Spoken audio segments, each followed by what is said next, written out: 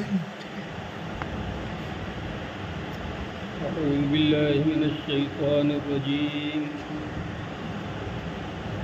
بسم الله الرحمن الرحيم. الحمد لله رب العالمين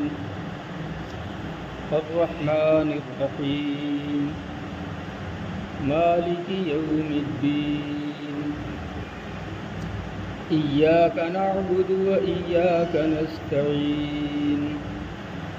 اهدنا الصراط المستقيم صراط الذين أنعمت عليهم غير المغضوب عليهم ولا الضالين. آمين.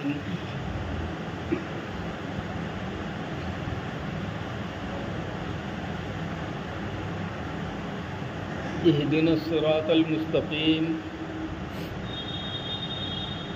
ہم کو سیدھا راستہ دکھائیے. صراط الذین انعمت علیہم،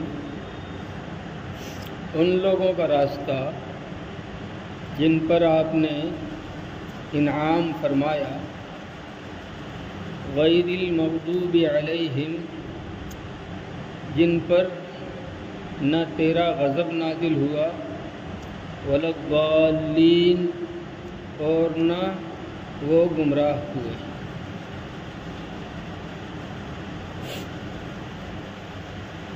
غیر مانے علاوہ، مغضوب جن کے اوپر غضب نازل کیا گیا. علا کے معنی آتے ہیں پر، ہم مانے وہ لوگ، علیہم ان پر. اب جب بھی غضب کا لفظ آئے گا تو اس کے ساتھ ساتھ علا کا لفظ بھی آئے گا. عربی میں اس کو صلہ کہتے ہیں.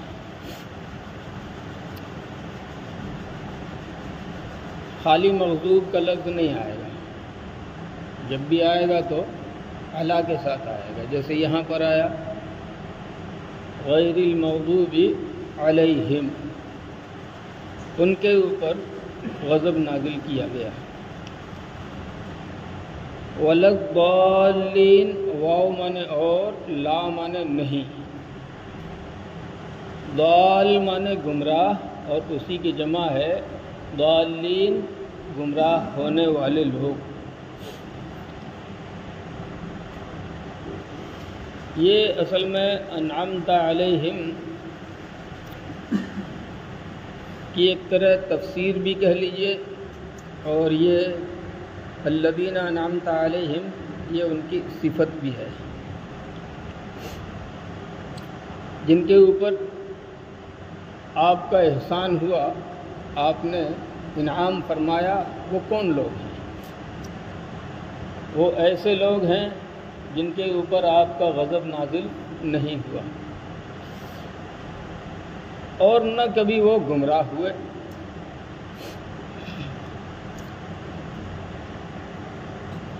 یہاں پر مغضوب علیہم سے کون لوگ مراد ہیں؟ کن کی بات کی جا رہی ہے؟ تو آیت کے عام حکم میں تو بہت سارے لوگ داخل ہیں. جن لوگوں نے اللہ رب العزت کے پیغام کو رد کر دیا، ٹھکرا دیا، اس کا انکار کیا، وہ لوگ بھی اس میں شامل ہیں.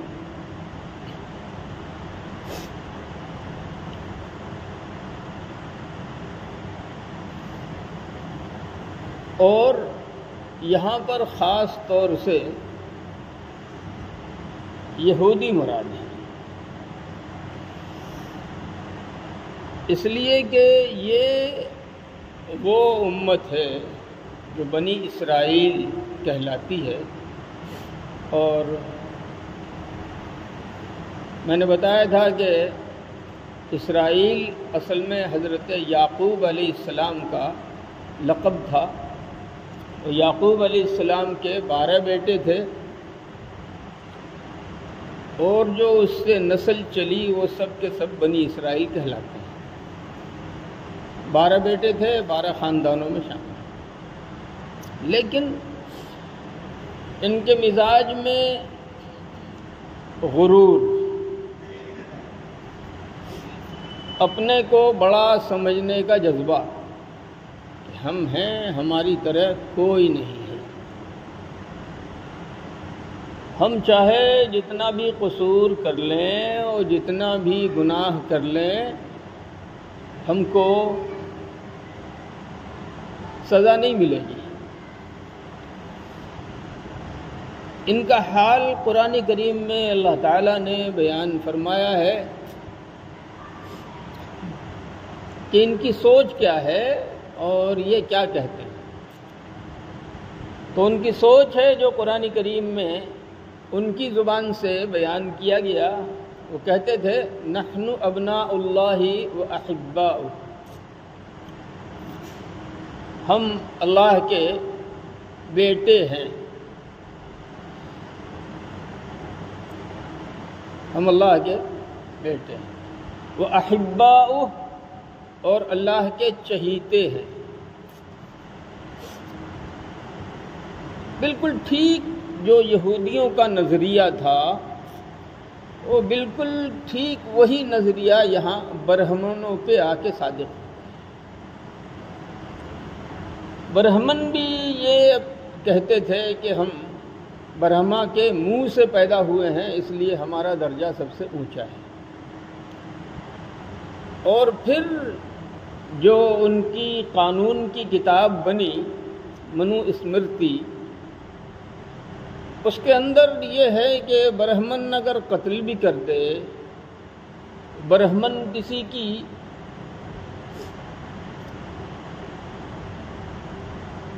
بیوی بیٹی کے ساتھ زنا اور ریپ کر لے تو بھی برہمن کو سزا نہیں دی جائے گی۔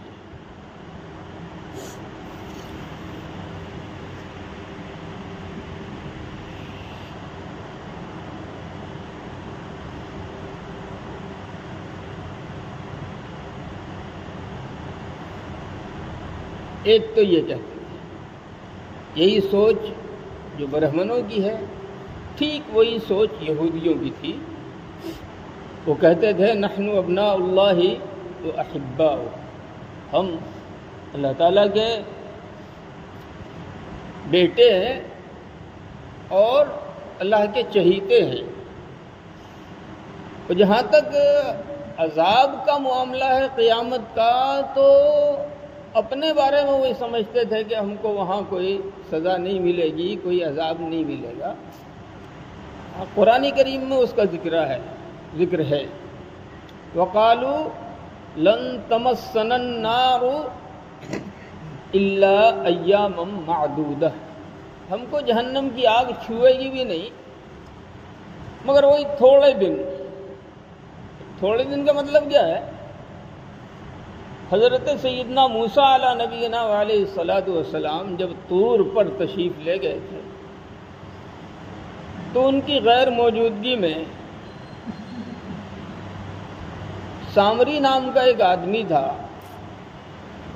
جو سنار تھا اور کچھ حکمت جانتا تھا۔ اس نے لوگوں سے کہا کہ لاؤ ہم تمہارے لیے تمہارا معبود بنا دیں جس کی پوجا کرو۔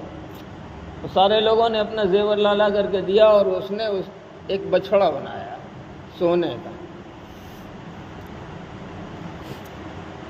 بچھڑے کے اندر اس نے ایک چیز ڈال دی۔ کیا ڈالی؟ اس کا ذکر 16ویں پارے میں ہے قرآن کریم کے۔ حضرت موسیٰ علیہ السلام جب طور سے واپس تشریف لائے تو دیکھا کہ پوری قوم بچھڑا پوجنے میں لگی ہوئی ہے۔ ہم ان کے لیے اللہ سے ہدایت کی کتاب مانگنے کے لیے گئے، ہدایت کا نسخہ مانگنے کے لیے گئے، اور اس بیچ میں اس نے بچھڑے کی پوجا شروع کر دی۔ جب تفتیش کی، پتہ کیا تو معلوم ہوا کہ صاحب یہ کیا کرا دھرا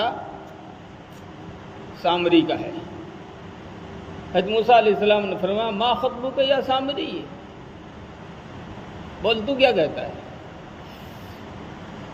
اور یہ بچڑا اس سے بولنے کی آواز کیسے آنے لگی؟ بچڑے سے بولنے کی آواز آتی تھی، جیسے ایک بچڑا بولتا ہے ویسے وہ آواز نکلتی تھی۔ تو حضرت موسیٰ علیہ السلام تو اللہ کے نبی تھے، اللہ کے رسول تھے، وہ جانتے تھے کہ یہ کام تو کوئی کر ہی نہیں سکتا ہے، زندگی دینے والا مسئلہ تو اللہ کے ہاتھ میں ہے، اللہ چاہے جس سے بلوا دے، لیکن اللہ کے علاوہ تو کوئی کر ہی نہیں سکتا۔ تو یہ بچڑا بولنے کیسے لگا؟ تو سوال کیا سامری سے، قال فما خطبک یا سامری، اے سامری بول تو کیا کہتا ہے؟ قال بصرت بما لم يبصروا به، کہا میں نے ایسی چیز دیکھی جو لوگوں کو نظر نہیں آتی۔ فقبضت قبضة من اثر الرسول فنوزتها، میں نے وہاں پر سے ایک مٹھی اٹھا لی اور اس کے اندر ڈال دی، اسی کے اثر سے اس نے بولنا شروع کیا۔ وہ چیز جو دیکھی تو وہ کیا چیز تھی؟ مفسرین نے لکھا ہے کہ حضرت جبریل علیہ السلام سواری لے کے تشریف لائے تھے اور اس نے غور سے دیکھا اس سامری نام کے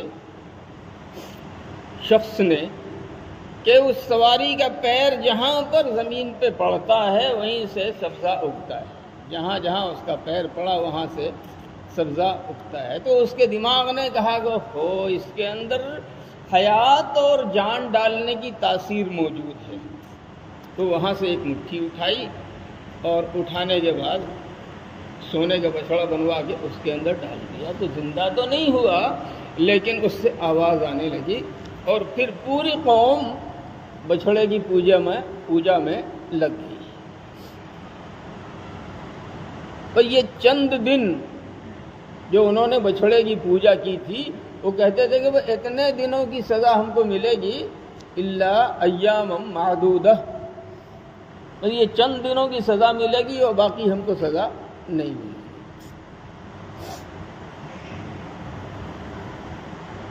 یہ ان کا اعتقاد تھا، یہ ان کی سوچ تھی، اور اسی وجہ سے وہ ہدایت کے راستے پہ آتے بھی نہیں تھے۔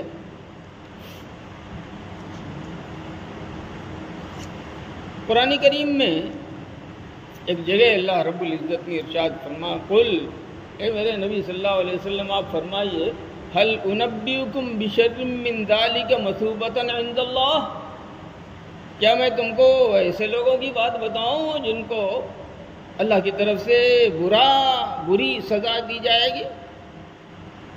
یہ کون لوگ ہیں؟ من لعنہ اللہ، جس پر اللہ نے لعنت کی، وغضب علیہ، اور اللہ تعالیٰ ان کے اوپر ناراض ہو گیا، اللہ نے ان کے اوپر اپنا غضب نازل کیا۔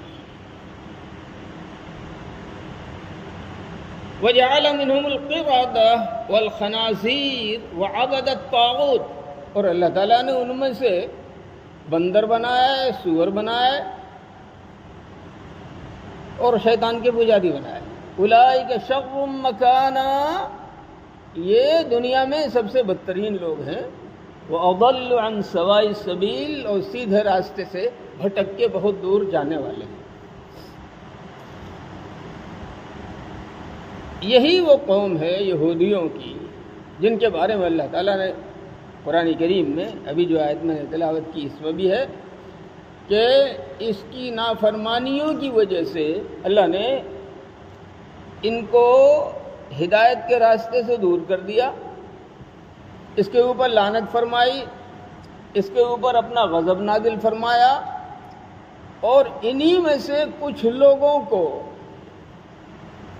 ان کی صورتیں بدل ڈالی، انسان تھے اور پھر ان کو بندروں میں تبدیل کیا گیا، بندر بن گئے،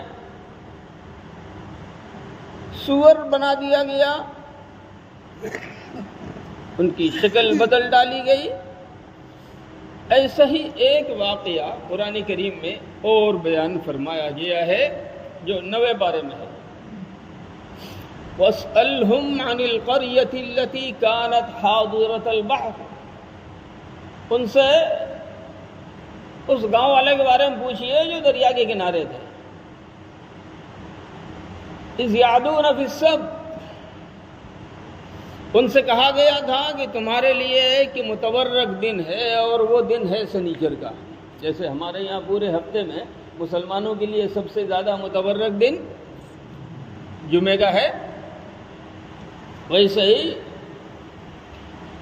یہودیوں کو سنیچر کا دن دیا گیا تھا اور عیسائیوں کو اتوار کا دن دیا گیا تھا.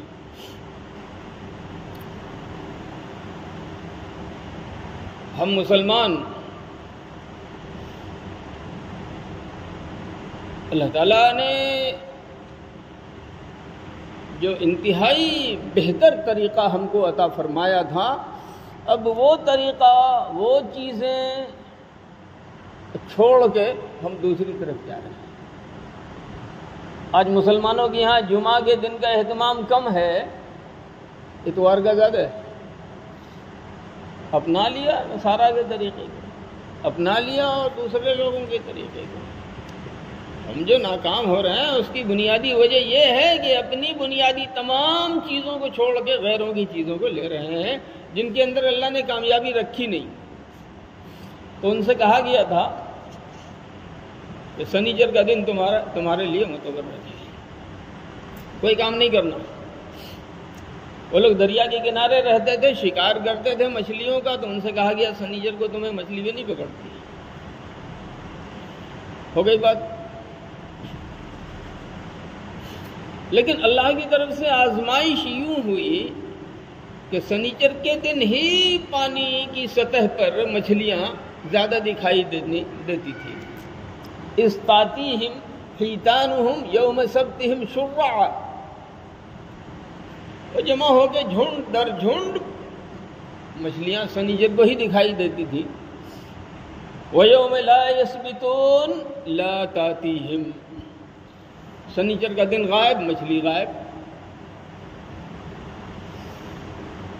اب یہاں پر چلی بے ایمانی.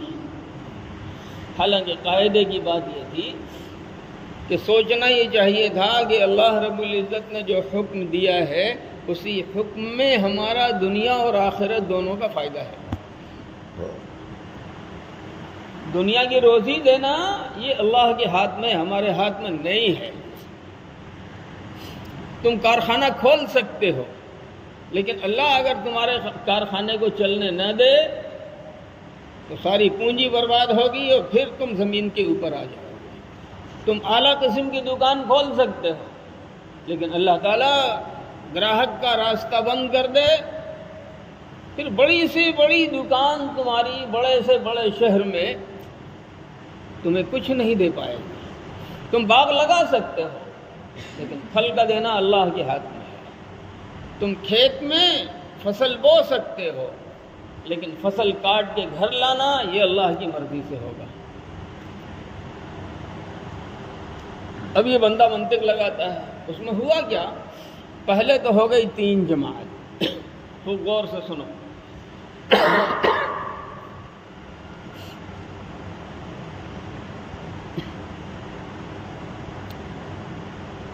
تین جماعت ہو گئی. ایک جماعت نے کہا کہ سنیچر ہی کو مچھلی دکھائی دیتی ہے اور سنیچر ہی کو مچھلی مارنے سے منع کیا گیا ہے، تو ہم تو نہیں، ہم سے برداشت نہیں ہوگا. میرے اللہ نے منع کیا ہے، کہا ٹھیک ہے اللہ نے منع کیا ہے تو ہم اللہ کی بات بھی مانیں گے اور اپائے نکالیں گے. اللہ کے حکم پہ عمل، اللہ کے حکم سے بغاوت کے لیے کوئی اپائے وہ غلط ہے. کسی طریقے کی منطق لگاؤ وہ غلط ہے. اس نے کیا کیا؟ ٹھیک دریا کے کنارے بڑا سا گڈھا کھود کے باندھ کاٹ دیا اور مچھلیاں جو آ رہی تھیں وہ سب گڈھے میں دکھائی دے رہی تھی. اب انہوں نے جب دیکھا کہ مچھلیاں ساری آ گئیں تو گڈھے کا منہ بند کر دیا اور چھوڑ دیا. اتوار کو جا کے ساری مچھلیاں پکڑ لی. یہ لگائی منطق. اللہ کا حکم توڑنے کے لیے۔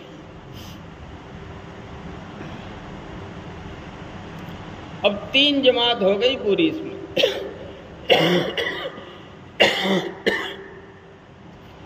ایک جماعت برائی کرنے والی، دوسری جماعت تماشا دیکھنے والی،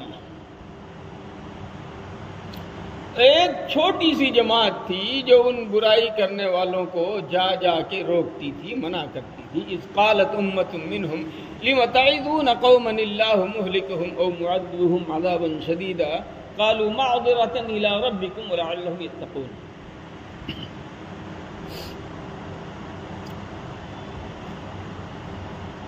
یہ جو چھوٹی سی جماعت تھی تیسری، یہ جا کے لوگوں کو سمجھاتی تھی۔ اب یہ چپ رہنے والے وہ کہتے تھے ارے بھیا جو کر رہے ہیں تم کیوں ٹانگ اڑاتے ہو بیچ میں خواہ مخواہ، تمہاری بات مانتے نہیں اور کیوں ان کی مخالفت مول لیتے ہو، حیثیت والے لوگ ہیں اور یہ ہیں وہ ہیں، کیوں کر رہے ہو؟ قالوا معذرۃ الی ربکم، یہ ہماری ڈیوٹی ہے، ہم اس لیے کر رہے ہیں کہ کل قیامت کے دن اللہ کے سامنے جب حاضری ہوگی تو ہم کہیں گے پروردگارہ جتنی میری حیثیت تھی اتنا ہم نے اپنی ذمہ داری نبھائی۔ وَلَعَلَّهُمْ يَتَّقُونَ، ہو سکتا ہے کہ کہتے کہتے بات دل میں آ جائے تو مان بھی لیں، اللہ سے ڈرنے لگے۔ فَلَمَّا نَسُوا مَا ذُكِّرُوا بِهِ، وہ جب وہ لوگ اللہ تعالیٰ کے دیے ہوئے پیغام کو یا اللہ کی دی ہوئی نصیحت کو بھول گئے، انجینا الذین ینہون عن السوء، تو جو لوگ منع کر رہے تھے ہم نے ان کو کنارے کر لیا۔ تو باقی دونوں لوگوں کو، جو کر رہے تھے اور جو تماشا دیکھ رہے تھے،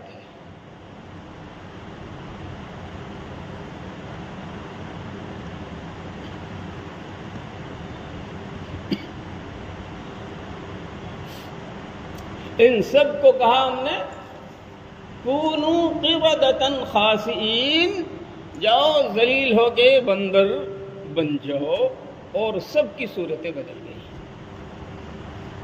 جو مچھلیاں پکڑنے والے تھے گئے مچھلی پکڑنے کے لیے اور پھر وہاں سے جب لوٹے تو سب کی صورتیں بدلی ہوئی تھی، ان کی بھی، اور یہ جو تماشا دیکھنے والے تھے ان کی بھی۔ یہاں پر ایک بات اور سمجھ میں آئی، سبق کے طور پہ سمجھنا چاہیے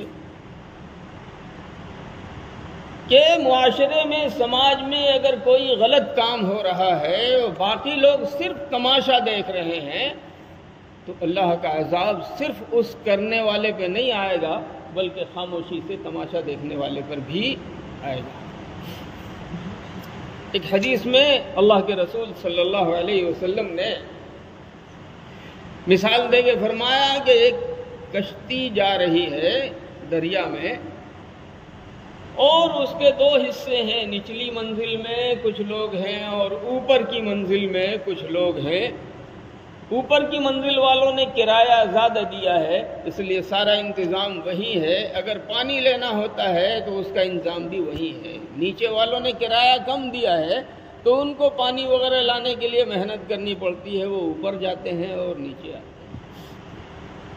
ان میں سے کچھ لوگوں نے سوچا کہ یہ روزانہ ہم کو جانا آنا ہم کو بھی دقت ہوتی ہے اور پانی لینے کے لیے اوپر جاتے ہیں تو دوسرے لوگوں کو بھی دقت ہوتی ہے، اس لیے ایسا کرو کہ کوئی اپائے کر کے ہم یہیں سے نکال لیں۔ انہوں نے کشتی کا تختہ اکھاڑنا شروع کیا۔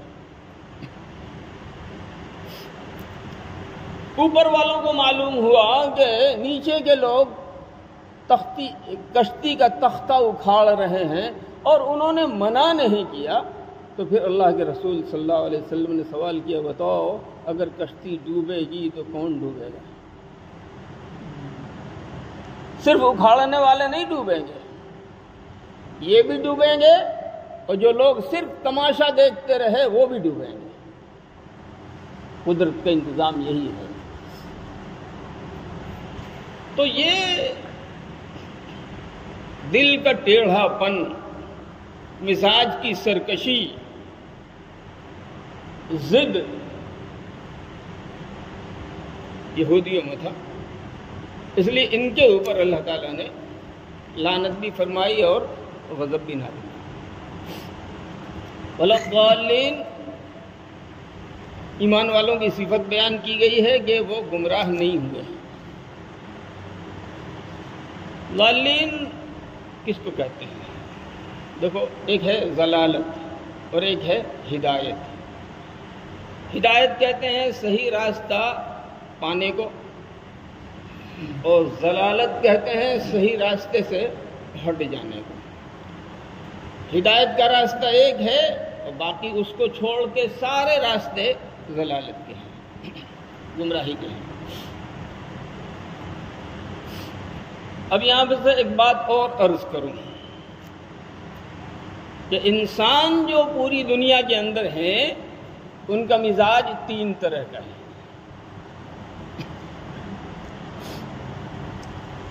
ایک تو وہ ہیں جن کے مزاج میں سلامتی آتی ہے اللہ کی طرف سے، جب پیغام آتا ہے اور اس کے اوپر وہ غور کرتے ہیں، بات سمجھ میں آتی ہے تو اس کو قبول کر لیتے ہیں، مان لیتے ہیں اور پھر اس راستے پہ چلنے لگتے ہیں۔ یہ ہے راستہ ایمان والوں کا۔ ایک دوسرے وہ ہیں جن کو یہ علم نہیں آیا، نادان ہوتے ہیں، جاہل ہوتے ہیں، اس نادانی اور جاہل ہونے کی وجہ سے وہ سیدھے راستے سے ہٹے رہتے ہیں، غلط راستے پہ چلتے رہتے ہیں۔ یہ ہوئے ضالین، گمراہ کوئی بھی۔ اور تیسرے وہ لوگ ہیں جن کے پاس اللہ کا علم آیا، اللہ کا پیغام آیا، اور اللہ کے پیغام آنے کے باوجود انہوں نے اپنے آپ کو بڑا سمجھا، علم کے باوجود انہوں نے اللہ کے راستے کو قبول نہیں کیا۔ یہ وہ لوگ ہیں جن کے اوپر اللہ کا غضب نازل۔ تین راستے ہیں، ایک ہدایت والے اور ایک ہدایت کے الٹے، ہدایت سے ہٹنے والے گمراہ، اور تیسرا ان لوگوں کا طبقہ ہے جن کے پاس علم تو آیا لیکن علم کے باوجود انہوں نے انکار کیا جان کے بوجھ کے۔ ان یہودیوں کی صفت قرآن کریم میں بیان فرمائی ہے کہ نبی اکرم صلی اللہ علیہ وسلم کو یہ لوگ اللہ کا نبی خوب اچھی طرح جانتے ہیں، اپنی کتابوں میں نشانیوں کو دیکھ دیکھ کر حضور اکرم صلی اللہ علیہ وسلم سے ان نشانیوں کو ملا کر ان کو یقین ہو گیا، جیسے ایک بیٹے کے بارے میں یقین ہوتا ہے کہ یہ میرا بیٹا ہے، کوئی دوسرا نہیں ہے، دور سے بھی دیکھتا ہے، چہرہ دیکھ کے تو پہچان جاتا ہے کہ یہ میرا ہی بیٹا آ رہا ہے۔